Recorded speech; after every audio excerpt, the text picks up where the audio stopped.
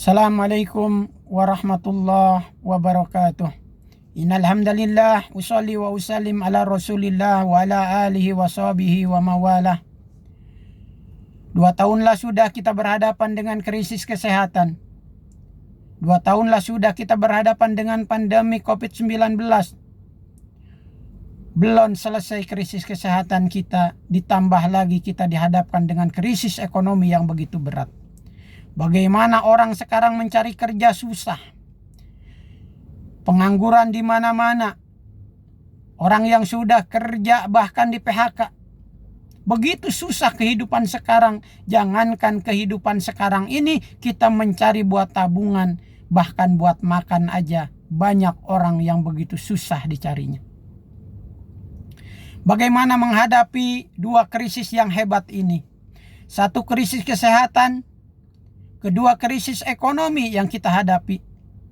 Biar kita terhindar daripada krisis ini, ayo bareng-bareng saya mengajak teman-teman sekalian untuk melaksanakan perintah daripada Allah Subhanahu wa Ta'ala yang disabdakan oleh baginda Rasulullah Nabi Muhammad SAW.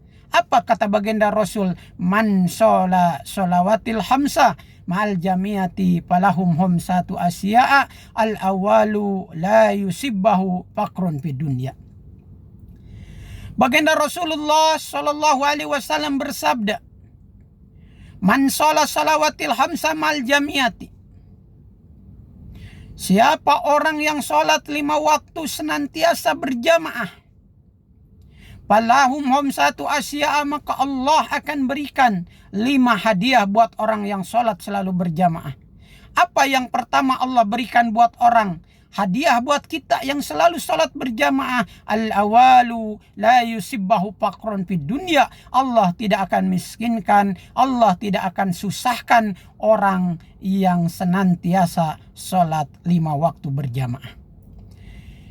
Jadi untuk menghadapi krisis saat ini, yang usahanya sedang macet, bisnisnya sedang tidak berjalan, yang warungnya sudah enggak berjalan, ekonominya mampet, maka kembali kepada Allah Subhanahu wa Ta'ala dengan melaksanakan sholat 5 waktu secara berjamaah. Karena siapa orang yang sholat 5 waktu selalu berjamaah, maka Allah la yusibbahu faqron fid dunya. Allah tidak akan fakirkan di dunia ini. Tidak akan miskinkan Allah di dunia ini. Hidup kalau tidak miskin pasti kaya. Secara tidak langsung kata Allah, siapa orang yang sholat 5 waktu berjamaah, maka hidupnya akan Allah kayakan. Seperti itu kawan.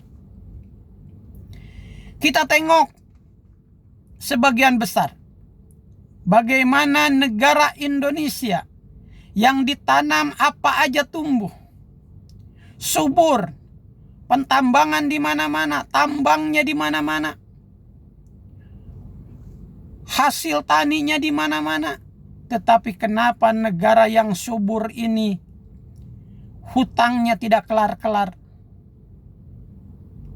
Tapi bagaimana tengok Arab Saudi, Pak? Arab Saudi yang kita tengok, yang pernah ke Arab Saudi, sebelah kiri kita tengok batu, sebelah kanan batu. Tidak ada gunung yang indah penuh pohonan seperti di kita.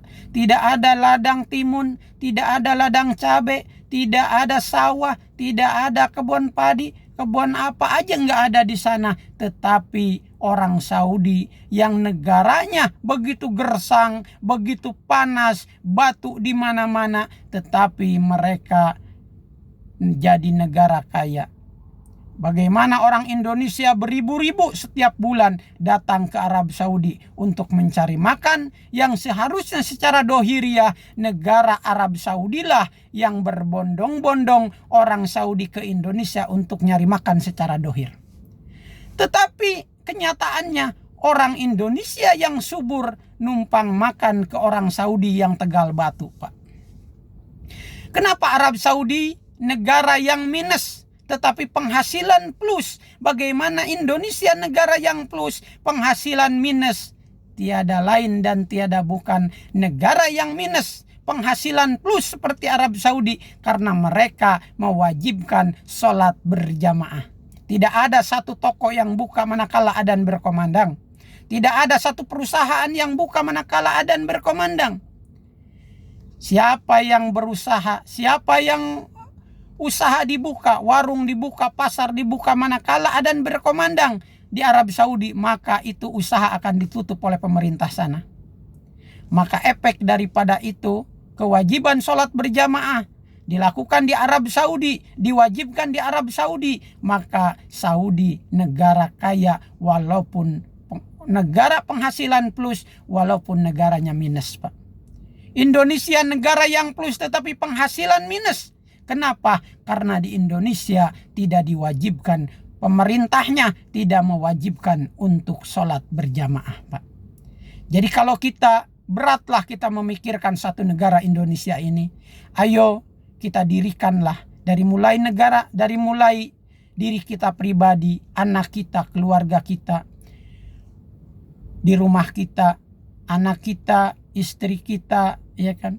Terutama anak kita yang laki. Walaupun yang perempuan tidak diwajibkan sholat berjamaah, minimal diri kita, anak kita yang laki-laki, ayo wajibkan dalam rumah tangga kita ini untuk senantiasa sholat berjamaah. Insya Allah kita akan dikayakan oleh Allah Subhanahu wa Ta'ala. Contoh teman-teman yang sekarang di travel, manakala ngangkut orang dari kampung ke Jakarta, begitu mendengar adzan berhenti untuk sholat berjamaah. Karena apa? Jangan takut, ya kan, waktu kita kebuang. Enggak lama sholat berjamaah ini, kawan. Paling cuma 5 menit. Kita kejar ke Jakarta dari kampung sampai Jakarta 6 jam kuat. Tetapi banyak orang tidak sanggup yang 5 menit untuk melaksanakan sholat berjamaah. Walaupun kita bergesa-gesa dari kampung ke Jakarta untuk mengantar orang, lupa sholat berjamaah tidak ditunaikan oleh kita, maka mohon maaf, ya kan. Apa janji Allah yang Allah akan berikan kepada kita manakala kita usaha, tetapi tidak dibarengan dengan sholat berjamaah? Sabda baginda Rasul, man tahawana bis sholati ma'al jam'iyati aqaballahu ta'ala bi isnata asyara baliyatan salasun fid dunya wa salasun indal maut wa salasun indal qabri wa salasun yaumal qiyamah. Man tahawana bis sholat ma'al jam'iyati, siapa orang yang sholat 5 waktu tetapi dia sholatnya tapi tidak berjamaah, aqaballahu ta'ala bi isnata asyara baliyatan, Allah akan siksa orang yang sholat 5 waktu tidak berjamaah ini 12 kali siksa. Salasun fid dunya, 3 siksa di dunia, wa salasun indal maut, 3 siksa saat sakaratul maut, wa salasun indal qabri, 3 siksa di alam kubur, wa salasun yaumal qiyamah, 3 siksa di hari kiamat. Mana 3 siksa yang akan diberikan kepada kita, kepada manusia yang sedang usaha tetapi lupa sholat berjamaah? Al-awalu la, kalau orang yang sholat tadi berjamaah, Allah akan berikan hadiah 5. Al-awalu la yusibbahu faqrun fi dunia. Dunia Allah tidak akan miskinkan, tetapi buat orang yang sholat tidak berjamaah, maka pertama hadiah dari Allah, bibarkati kasabihi wa rizkihi, Allah akan tutup, Allah akan hancurkan hasil daripada kasab tersebut. Contoh teman-teman narik misalkan dari kampung ke Jakarta, panggilan adzan di jalan tidak berhenti untuk menunaikan sholat berjamaah, ajak penumpangnya untuk sholat berjamaah, sampai di Jakarta habis antar orang dapat misalkan keuntungan 1 juta. Nanti duit yang 1 juta ini yang kita terima hasil usaha hari ini tapi tidak dibarengan dengan sholat berjamaah, maka duit yang 1 juta ini begitu kita keluar, ya kan, kena tilang polisi 100.000. Berjalan ban ketubles, ya kan, nggak bisa ditambal, harus diganti 600.000. Terus, ya kan, sehingga insya Allah hasil usaha ini nggak bakal jadi apa-apa. Misalkan nyisa duit ke rumah, ya kan, 200.000. Sampai rumah ternyata anak demam panas harus dibawa ke dokter. Dibawalah anak kita ke dokter, sehingga duit hasil daripada usaha hari ini, insya Allah kalau tidak dibarengan dengan sholat berjamaah, mohon maaf, nggak bakalan jadi apa-apa. Ini tasakur binikmat, jamaah sekalian, tasakur binikmat, kawan-kawan yang kenal maupun yang tidak kenal. Saya ngalami hidup bagaimana dari kampung dulu ke Jakarta dengan modal nekat, tanpa pendidikan, tanpa modal jalan ke Jakarta.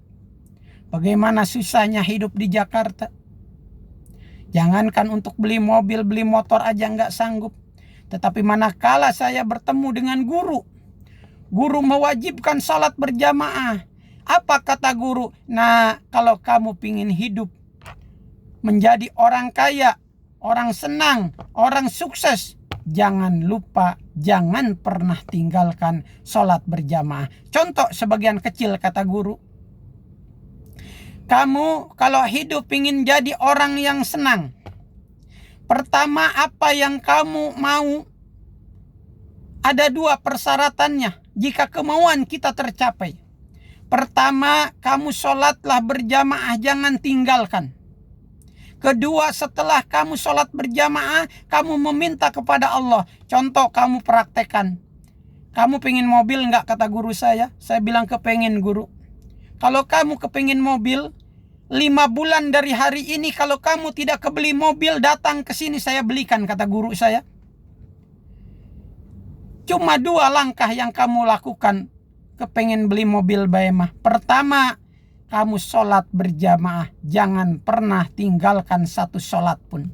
Kedua, setelah sholat berjamaah, kamu angkat tangan kepada Allah. Ya Allah, saya minta mobil ya Allah. Kenapa? Karena siapa orang yang meminta setelah sholat berjamaah, maka Allah tidak akan menolak permintaan orang yang sholat setelah berjamaah.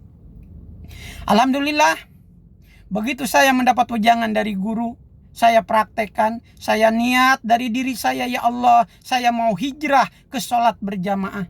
Begitu saya hijrah ke berjamaah, habis berjamaah, ini dalam keadaan saya tidak usaha waktu itu.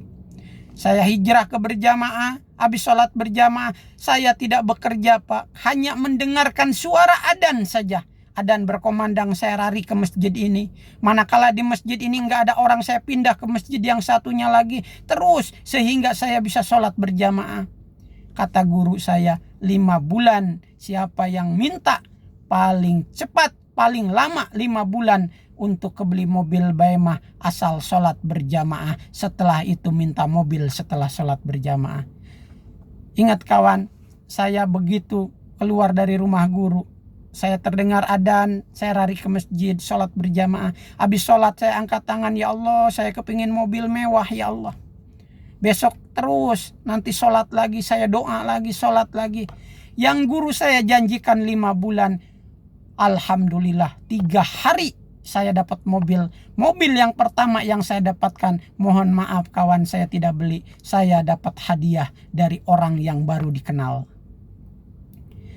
Jadi jangan remehkan janji Allah. Manakala Allah sudah janji sholatlah kamu berjamaah, saya akan kayakan, Allah akan kayakan orang yang sholat berjamaah. Mana ada, bukankah Allah ya kan sudah janji di Al-Quran ya kan? Apa kata Allah? Ud'uni astajib lakum. Mintalah kamu, maka kami akan memberikan, yaitu dengan cara meminta kepada Allah setelah sholat berjamaah.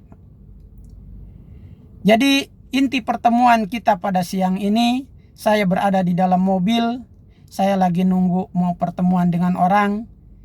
Cuma waktu yang terbuang ini, makanya saya coba ya kan, saya sampaikan apa yang sudah saya jalankan.